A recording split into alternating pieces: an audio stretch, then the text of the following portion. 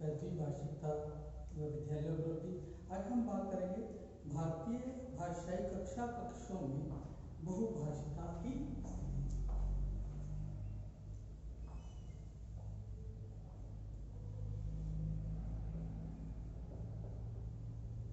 कक्षा कक्ष में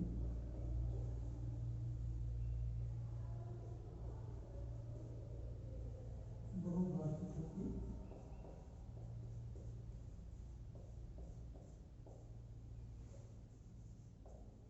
स्थिति।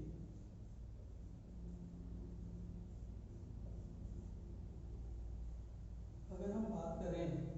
अधिगम या सीखने के अंतर्गत, तो कक्षा में शिक्षक की शिक्षण प्रक्रिया तथा स्वाध्याय द्वारा बालक के द्वारा जो कुछ भी प्राप्त किया जाता है, अर्थात जो कुछ भी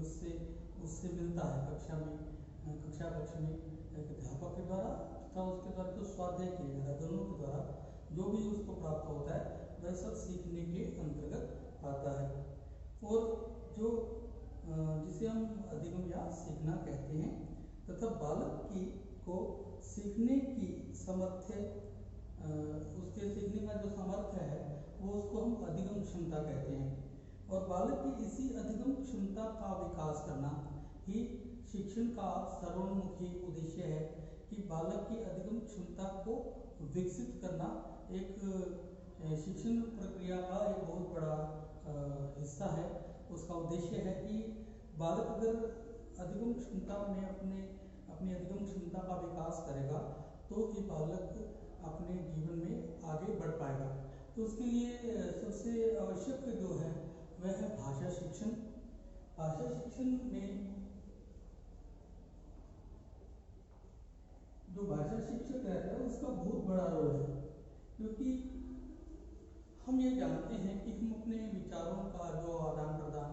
करते हैं या अपने विचार एक दूसरे से कहते हैं अथवा दूसरे के विचार को ग्रहण करते हैं, तो उसके लिए भाषा एक सशक्त माध्यम है। इसलिए यह माना गया है कि भाषा शिक्षक का बहुत बड़ा रोल रहता है।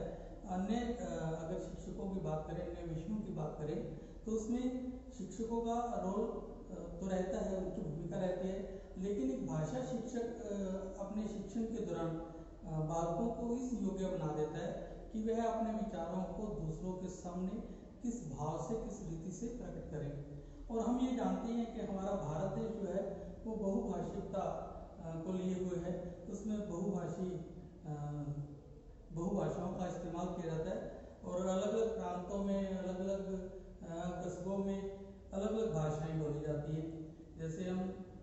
तमिल की बात करें तो या हम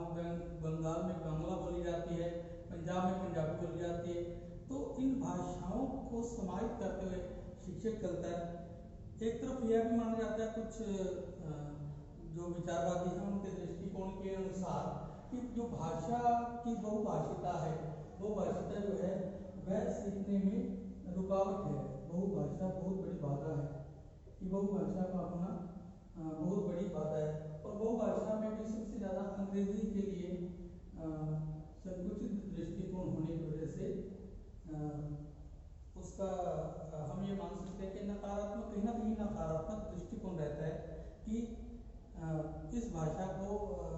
ज़्यादा डिमोटिवेट किया जाए और जो प्रांतीय भाषाएं हैं उनको ज़्यादा मोटिवेट किया जाए। लेकिन अगर हम गहराई से इस बात को देखें कि बहुभाषिकता का अगर प्रयोग करें और बहुभाषिकता में उसको मुख्य अंग्रेजी को हम उसका साधन मान लें या हिंदी को भी उसका साधन मान लें, कई हिंदी प्रदेश भी इस बात के लिए सहमत नहीं है कि हिंदी बोली जाए। तो इसके लिए हमारे जो दृष्टिकोण है वो सकारात्मक रखना पड़ेगा और अपने दृष्टिकोण को वाइड करना पड़ेगा, तभी हम अपनी भाषा को दूसरी भाषाओं के साथ सम्मिलित कर पाएंगे। अगर हम इस बात को देखें तो इस बहुभाषिकता को अधिगम में बालक के लिए बाधक माना जाता है कि अगर बालक अंग्रेजी भाषा को जानता ही नहीं है, उसके साथ वह बातें शेयर की जाए तो उसको अगर समझ ही ना पाए तो उसके लिए कोई ज़्यादा उसका बेनिफिट नहीं। लेकिन हम ये जानते हैं कि मुख्यतः जो सीखना है बालक के द्वारा, जो सीखना है वो स्कूलों के द्वारा ही स्कूलों के पाठशालाई माध्यम से ही उसमें उसकी जो सीखने की क्षमता है उसको विकसित किया जाता है, उसको बढ़ाया जाता है। तो उसके अनुरूप सबसे पहला तो अगर वो बालक को भाषा के साथ अगर केवल एक भाषा ही सिखाई जाए तो उसमें वैसी निपुणता तो आ जाएगी, लेकिन वह अपने जो विचारों की गहनता है या दूसरे के विचारों को ग्रहण करने की क्षमता है उसमें विकसित नहीं होगी। इसके लिए उसका बहुभाषी होना बहुत जरूरी है। इसलिए बहुभाषिकता को हमारी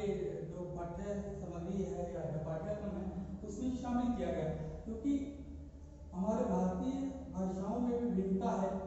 और विभिन्नता में एकता का प्रदर्शन होना बहुत आवश्यक है।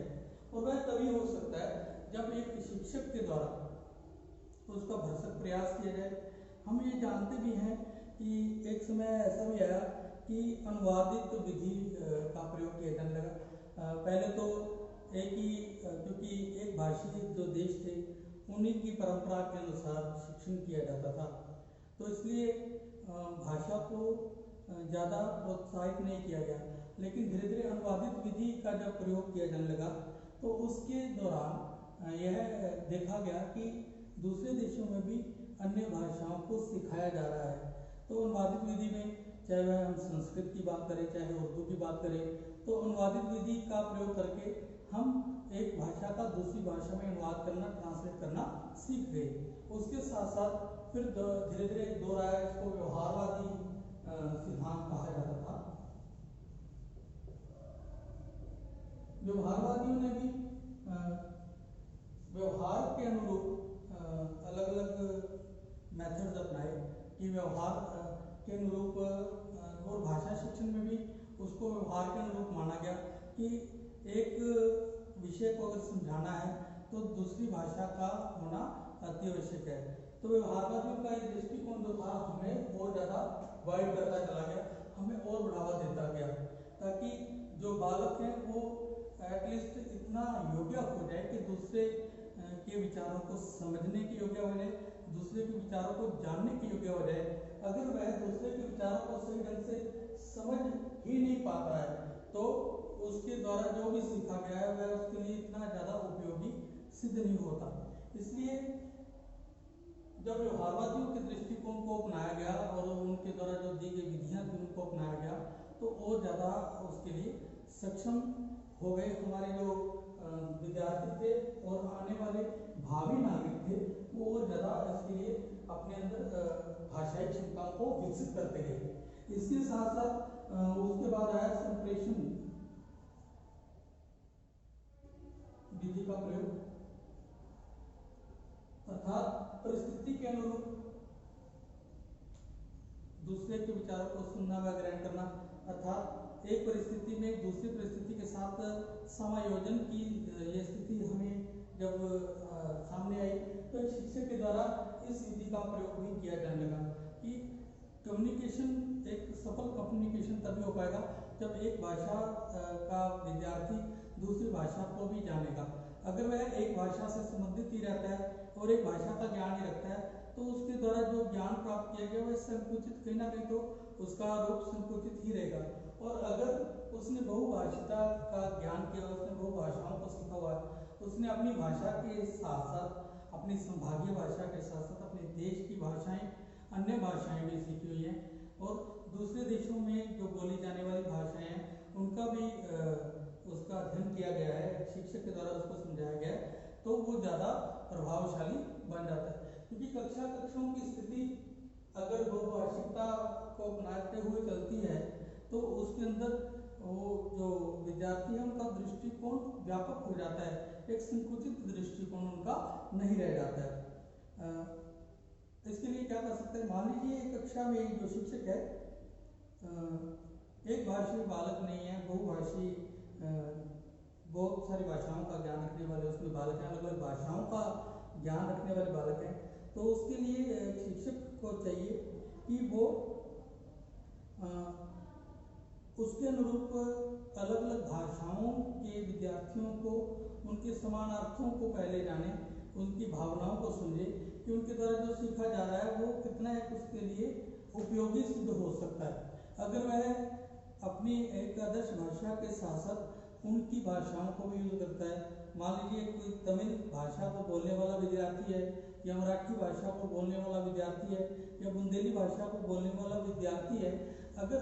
उसके समानार्थी शब्दों को साथ साथ प्रयोग करके शिक्षक उसके साथ अनुवाद करता है और उनके साथ बातचीत करता है, और साथ में ही दूसरे बालकों का, एक बालक का दूसरे बालक के प्रति भी उनमें अच्छी भावनाएं विकसित होती हैं, क्योंकि एक प्रदेश का दूसरे प्रदेश की संस्कृति को समझने के लिए भाषा का ज्ञान होना, क्योंकि मानते हैं, अति आवश्यक है। इसलिए उसको अगर बहुभाषी बनाया जाता है बालक को, दूसरी भाषाओं का ज्ञान भी करवाया जाता है एक बालक को, तो उसके लिए वह बालक अपने आप को, अपनी सोच को वाइड कर सकता है, अपने दृष्टिकोण को विस्तृत कर सकता है, व्यापक कर सकता है। अगर उस बालक का दृष्टिकोण व्यापक होगा तो उसके द्वारा जो भी सीखा गया है वो बालक के द्वारा दूसरों के साथ उसके, अगर हम बात करें संवेगों की बात भी करें, तो उसके अच्छे संस्कार उसमें उपस्थित होंगे। एक संस्कृति का दूसरी संस्कृति में हस्तांतरित तभी हो पाएगा अगर वह बहुभाषा का ज्ञान रखता है। इसलिए शिक्षक को चाहिए कि कक्षा कक्ष में एक ऐसा वातावरण निर्मित कर दे ताकि वह बालक जो अलग अलग भाषाओं को बोलने वाले हैं उनमें आपस में एक समन्वयवादिता आ जाए और उनमें आपस में एक सहयोग की भावना, सहिष्णुता की भावना विकसित हो जाए, बजाय के उनको एक संकुचित भावना के बनाने की ऐसी भाषाओं का प्रयोग, दूसरी भाषा का प्रयोग करना भी बालकों को सिखा दे ताकि वे एक दूसरे की भावना को अच्छे ढंग से समझ सकें। आइए अब हम जानते हैं बहुभाषिकता शिक्षण के लाभ क्या हैं। What are the benefits of मल्टीलिंग्विज्म।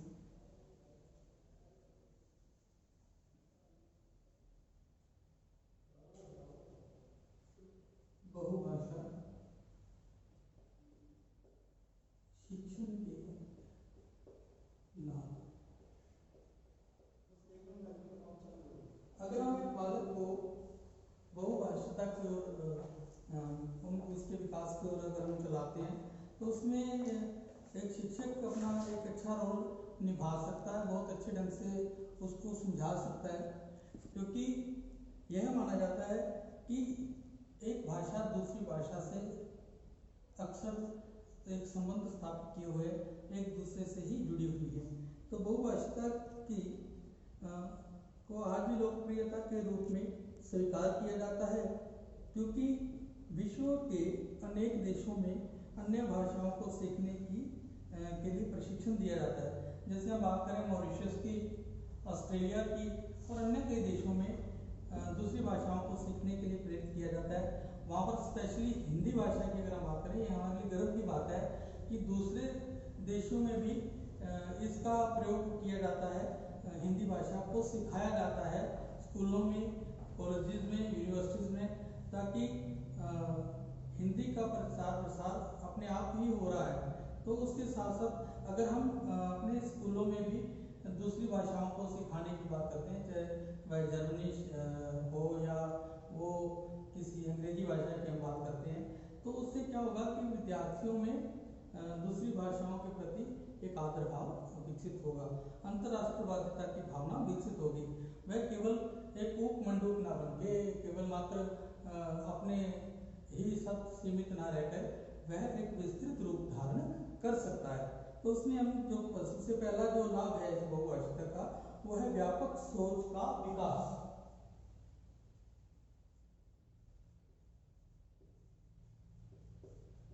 व्यापक सोच का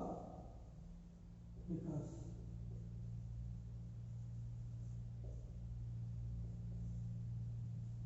तो ये हम जानते हैं कि किस प्रकार से यह अपने लिए लाभदायक है। तो सबसे पहली बात हमने की व्यापक सोच का विकास, जो हमारा जो दृष्टिकोण है ये एक विस्तृत दृष्टिकोण बन जाता है, क्योंकि जब हम दूसरी भाषाओं के साथ जुड़ते हैं तो दूसरों की भावनाओं को समझने के योग्य होते हैं, क्योंकि हमने इस बात को बहुत अच्छे से जानते हैं कि भाषा क्या है, विचारों का आदान प्रदान। और अगर एक ही भाषा से हम संबंधित रहते हैं तो अपने विचारों को सीमित रख सकते हैं, लेकिन अगर हम बहुभाषा को जानते हैं तो हमारे विचारों के अंदर दूसरे के विचारों को ग्रहण करने की और अपने विचार दूसरों को कहने की क्षमता विकसित होती है। तो इसके लिए हम बात करते हैं बहुभाषिता के अंतर्गत छात्रों में व्यापक सोच का विकास संभव होता है, क्योंकि जब हमारे द्वारा किसी भाषा को सीखने का प्रयास किया जाता है तो उस भाषा के आधार पर उस भाषाई क्षेत्र की समस्त गतिविधियों से हम परिचित हो जाते हैं और उसको अच्छे से समझने लग जाते हैं। इससे समस्त व्यक्तियों और उनकी परंपराओं के प्रति मन में एक सकारात्मक दृष्टिकोण विकसित हो जाता है और एक सकारात्मक भाव उत्पन्न हो जाते हैं। परिणाम स्वरूप छात्रों की जो सोच है वो विस्तृत होती है, व्यापक होती है, क्योंकि यह बात बहुत अच्छे से हम जानते हैं कि एक दूसरे के प्रति सहिष्णुता का व्यवहार हम तभी कर सकते हैं अगर दूसरे की भावनाओं को समझें, और दूसरे की भावनाओं को समझने के लिए हमें उसकी भाषा का ज्ञान होना अति आवश्यक है। अगर हम मनुष्यों के ही नहीं बल्कि दूसरे प्राणियों की बात करें तो अगर हम दूसरे प्राणियों के प्रति प्रेम भाव रखते हैं, हालांकि उनकी भाषा हमारे को नहीं आती है, लेकिन मान लीजिए खूंखार प्राणी भी है, खतरनाक जानवर भी है, उसके प्रति अगर प्रेम व सहिष्णुता रखते हैं तो वो भी अपनी प्रति दया भाव या प्रेम भाव दिखाता है। तो इससे यह साबित कर सकते हैं, हम मान सकते हैं, यह साबित हो जाता है कि अगर हमारा दृष्टिकोण व्यापक होगा, और व्यापक तभी होगा जब हम दूसरे की भाषाओं को जान पाएंगे, दूसरे के विचारों को समझ पाएंगे। दूसरा है ज्ञान में वृद्धि।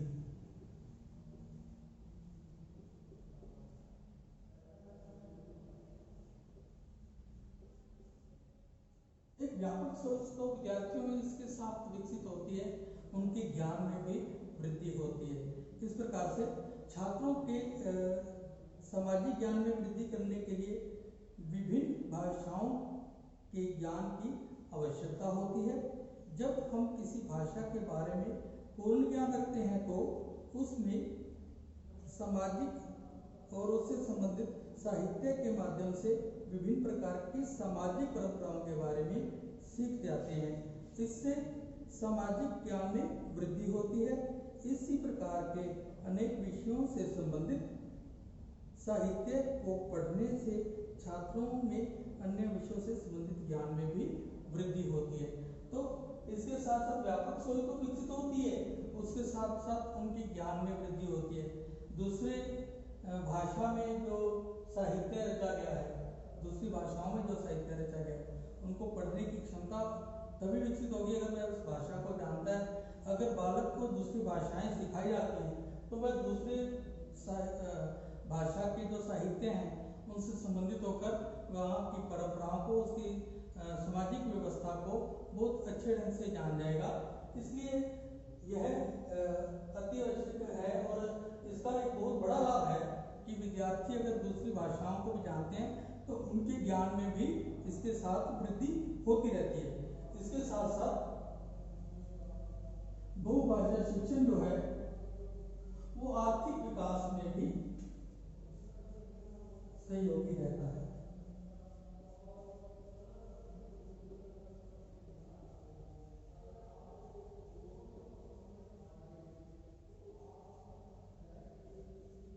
बहुभाषा का जो ज्ञान है वह आर्थिक विकास में किस प्रकार सहयोगी रहता है, अब हम इसके बारे में चर्चा करते हैं। बहुभाषिता के माध्यम से छात्रों द्वारा दूसरे देशों के नागरिकों से संपर्क स्थापित होने की योग्यता प्राप्त की जाती है, क्योंकि उनको दूसरे देशों की अगर वह बात करें, अगर उनको वहाँ की भाषा समझ में आएगी तो उसको दूसरे देशों के साथ उसके संबंध, विद्यार्थियों के दूसरों के साथ अच्छे संबंध स्थापित होंगे। उसके साथ साथ इससे वे एक दूसरे को की औद्योगिक व्यवस्था एवं अर्थव्यवस्था के बारे में व्यापक ज्ञान प्राप्त करते रहते हैं। इससे आर्थिक विकास की संभावनाएं प्रबल हो जाती हैं, क्योंकि भाषाई आधार पर ही अगर हम बात करें आत्मीयता तथा व्यापारिक संबंधों के विकास की संभावनाएं अधिक होती है। अगर भाषाई ज्ञान को बालक प्राप्त कर लेता है दूसरे देशों के भाषाई ज्ञान को प्राप्त करता है, तो उसके साथ साथ वह उसकी क्योंकि उसको भाषाई ज्ञान हो गया है, उसके दूसरों के साथ जो संबंध है, दूसरे देशों के साथ जो लोग रहते हैं उनके साथ संबंध स्थापित होते हैं, तो उसके व्यापारिक गुणों को जानता है, उसकी अर्थव्यवस्था को समझता है कि दूसरे देशों की अर्थव्यवस्था किस प्रकार की है, वह तभी जान पाएगा अगर उसको बहुभाषा का ज्ञान होगा। इसके साथ साथ राजनीतिक विकास की संभावनाएं, आर्थिक विकास के साथ साथ राजनीतिक विकास की संभावनाएं भी प्रबल होती हैं।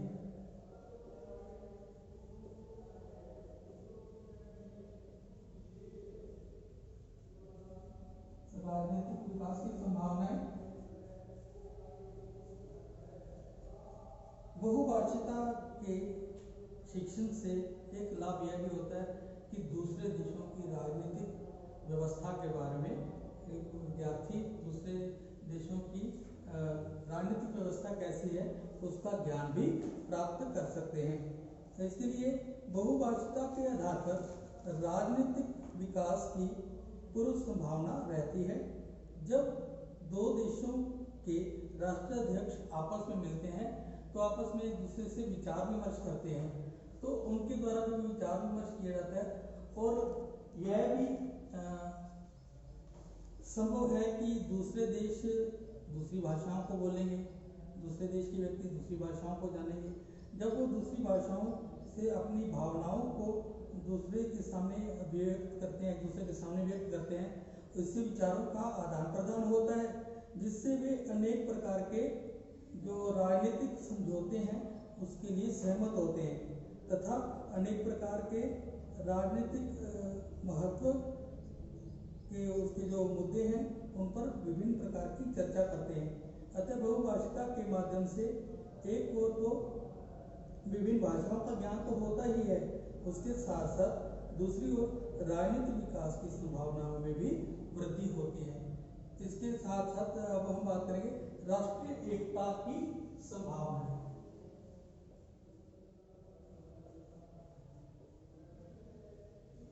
राष्ट्रीय एकता की संभावना, राजनीतिक दूसरे देशों के साथ संबंध तो स्थापित होता है, इसके साथ साथ राष्ट्रीय एकता की भावना भी विकसित होती है। जिससे क्योंकि हम भारतवर्ष की बात करें तो भारत में अनेक भाषाओं को बोलने वाले लोग रहते हैं। हर प्रदेश में अलग अलग भाषाएं, हमने पहले भी बात की थी, अलग अलग प्रदेशों में अलग अलग भाषाएं बोली जाती है और वो राष्ट्रीय एकता तभी हो पाएगी जब वो एक सूत्र में पिरोए जाएंगे, क्योंकि एक भाषा के साथ साथ दूसरी भाषा को समझना अति आवश्यक है। अगर वह अपने विचारों को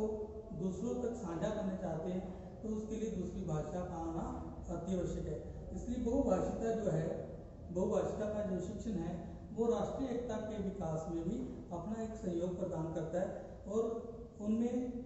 बालकों में राष्ट्रीय एकता, अपने राष्ट्र के प्रति प्रेम और सहिष्णु भाव रखने की भावना को विकसित करने में सहयोगी रहता है। जैसे कि बहुभाषिता से जब हम एक दूसरे की भावनाओं एवं विचारों को समझने का प्रयास करते हैं तो आपस के बीच की दूरी समाप्त हो जाती है और तथा सभी व्यक्ति मिलकर एक ही उद्देश्य की प्राप्ति करने का प्रयास करते हैं। इसके लिए एक बहुत बढ़िया उदाहरण हमारे भारतवर्ष की बात करें, इतिहास इस बात का गवाह है, अनेक भाषाओं का प्रयोग होते हुए भी जब भारत को स्वतंत्र करवाना था, अंग्रेजों से मुक्त करवाना था, उस समय सभी प्रदेशों के लोग भले अलग अलग भाषाओं को बोलने वाले थे, वो एक रूप होकर उसका उस अपने देश को स्वतंत्र करवाया अलग अलग भाषाओं के होने के बावजूद, क्योंकि अलग अलग भाषाएं तो थी लेकिन एक दूसरे की भावना को समझते हुए, एक दूसरे की भावना को समझते हुए एक राष्ट्रीय भावना उत्पन्न हुई। क्योंकि उस समय भी इस बात पे जोर दिया गया कि एक भाषा का दूसरी भाषा के साथ समन्वय स्थापित होगा तभी हम एक हो पाएंगे। एकरूपता को प्राप्त करने के लिए, राष्ट्रीय एकता को प्राप्त करने के लिए बहुभाषा अपने आप में बहुत सहयोगी सिद्ध होती है। इसके साथ साथ अंतरराष्ट्रीय सद्भावना का विकास की हम बात करें, अंतरराष्ट्रीय सद्भावना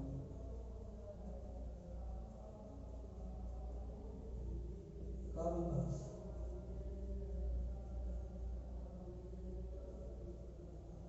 स्टूडेंट्स,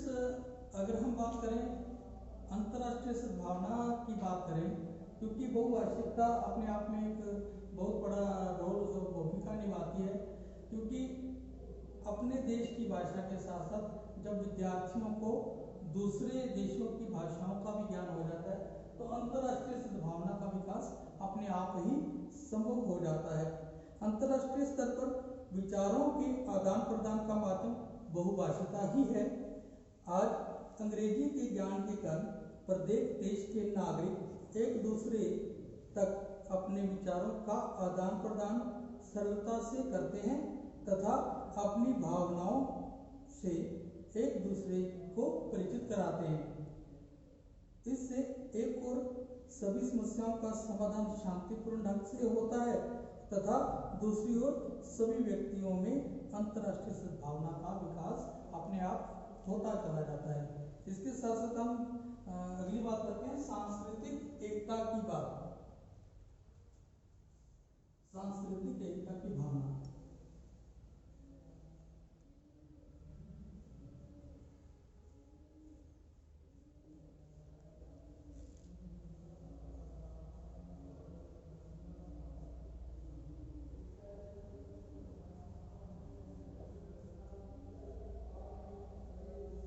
राष्ट्रीय एकता, अंतरराष्ट्रीय एकता के साथ साथ सांस्कृतिक एकता की भावना का विकास भी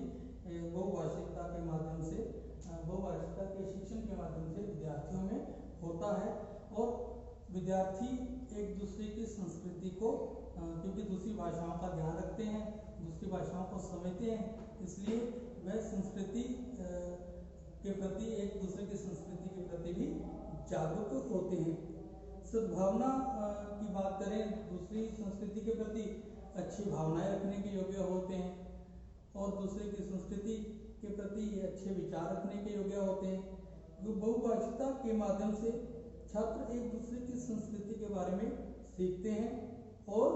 जिससे कि सांस्कृतिक एकता का विकास होता है। भारतवर्ष में विभिन्न प्रकार के सांस्कृतिक कार्यक्रमों में एक दूसरे का सहयोग व्यापक रूप से देखा जा सकता है। परिणाम स्वरूप सभी व्यक्ति एक दूसरे की संस्कृति के प्रति समझ रखते हैं और सकारात्मक भाव रखते हैं। इसीलिए भारतीय व्यवस्था में सांस्कृतिक विभिन्नता के बाद भी सांस्कृतिक विकास तथा सांस्कृतिक एकता की स्थिति पाई जाती है। अगर हम देश में त्योहारों की भी बात करें, हमारे देश में अनेकों त्योहार मनाए जाते हैं और अनेकों त्योहार क्योंकि इसलिए मनाए जाते हैं क्योंकि सभी संस्कृतियों में विभिन्नता है। भारतीय संस्कृति में इतनी विभिन्नता पाई जाती है, अलग अलग भाषाओं का प्रयोग करने वाले लोग हैं और उनकी संस्कृति भी अलग अलग है। मान लीजिए इसी देश में हम ईद भी मनाते हैं, इसी देश में हम दिवाली भी मनाते हैं, इसी देश में पोंगल भी मनाते हैं, इसी देश में हम जिसको हम छठ पूजा कहते हैं उसको भी अपनाते हैं। तो अलग अलग संस्कृतियों की विभिन्नता होते हुए भी, और यहाँ यह विशेषता देखी जाती है, ईद के समय में हिंदू लोग मुसलमानों के घर जाकर के मुबारकबाद देते हैं और उसका कारण सिर्फ एक ही है, क्योंकि बहुभाषिकता का ज्ञान होने के कारण अलग अलग भाषाओं का दूसरे की भाषाओं के साथ अपनी भाषा का ज्ञान और अपनी भाषा के साथ दूसरे की भाषाओं को सम्मिलित करते हुए, भावनाओं को सम्मिलित करते हुए जब हम एक दूसरे के प्रति एक सहिष्णुता का व्यवहार रखते हैं तो उसकी संस्कृति को भी, उसके सांस्कृतिक महत्व को भी समझ आते हैं। और जब हम उसके सांस्कृतिक महत्व को समझते हैं तो इसके लिए बहुभाषिकता शिक्षण अपना बहुत बड़ा रोल अदा करता है और तभी यह संभव हो पाता है, तभी इसके योग्य हो पाता है विद्यार्थी, क्योंकि उसको दूसरी भाषाओं का भी ज्ञान साथ साथ होता रहता है। उसके साथ हम करते हैं बौद्धिक विकास की संभावना।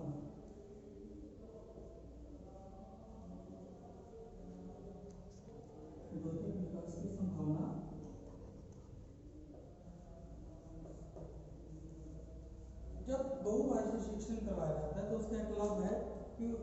उनके बालकों के बौद्धिक विकास में भी उनका विशाल दृष्टिकोण होता है। जब एक संकुचित दृष्टिकोण न रह करके विशाल दृष्टिकोण के और अग्रसर जब विद्यार्थी होते हैं तो उसके बौद्धिक विकास की, उसकी बुद्धि का विकास अपने आप स्वतः ही होता चला जाता है। किसी भी